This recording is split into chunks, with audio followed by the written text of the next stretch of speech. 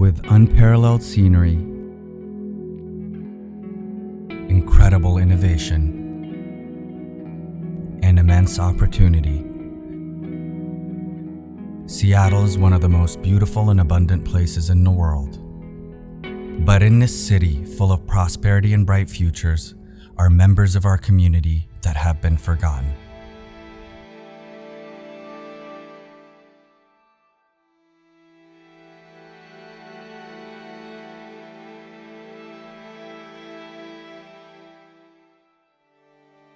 One of those forgotten souls is Charles King, a 68-year-old homeless man who felt overlooked and uncared for most of his life, until he found help from Providence. This is his story. I grew up in Sunnyvale, California, and my first divorce when I was 12. And I basically lived on the streets until I was like 14. And, I got in trouble. I'm not going to deny that one. I became a heroin addict when I was,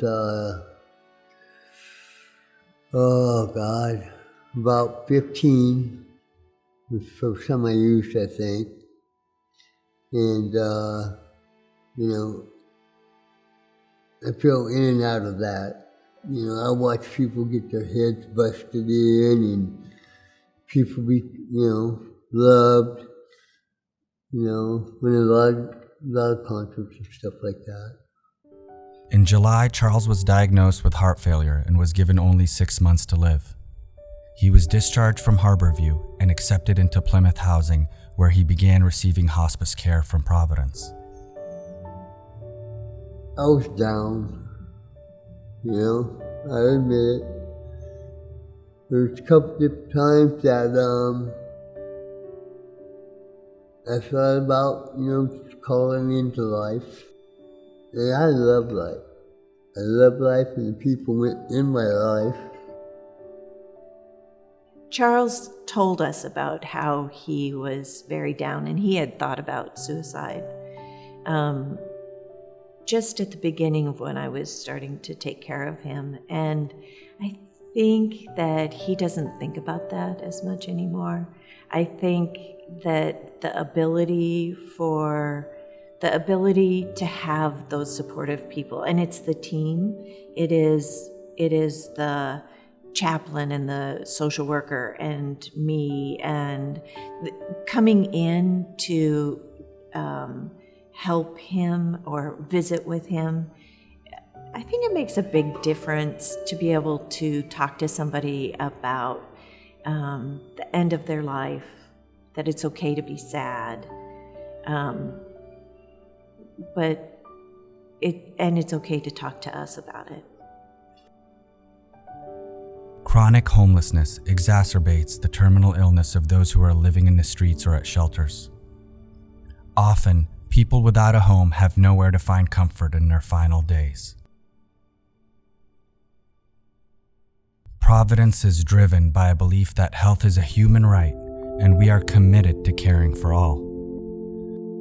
163 years ago, Mother Joseph had just landed in Vancouver, Washington, when a sick, cold, and homeless 85-year-old man came to her seeking shelter.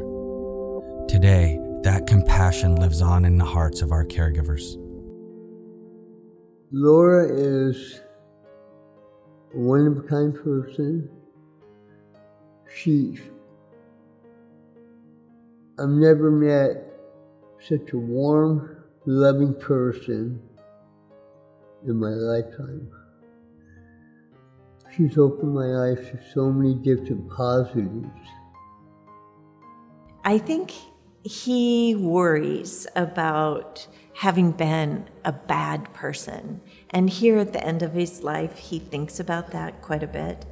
And so I think one of what I am trying to do is for him to think this is that I'm an okay person. My visits with Charles, they're often, just the things that nurses normally are doing. I mean, it's reminding him to take his medications. It's making sure that he's not in pain. It's making sure that he drank enough water. It's the little things that nurses do. Part of it is just support. It is reviewing the day, making sure, if he wants to tell me about what a hard day he's had, I'm there to listen. For the chronically ill and elderly homeless, a skilled nursing facility, adult family home, or nursing home is the most appropriate home setting. Providence, Mount St. Vincent, Marionwood, and Heritage House at the Market are prepared to answer the call. And our PACE program provides living placement and wraparound care for those in insecure housing situations. Seattle is a place of opportunity for many of us, but with your support and the services that Providence provides, it will continue to be a beacon of hope and progress for us all. The people here they got hearts. They care about other people. If you're scared, if you're lonely, if you need to find somebody, Providence is there. All I can say is, God runs through the veins. They saved my life.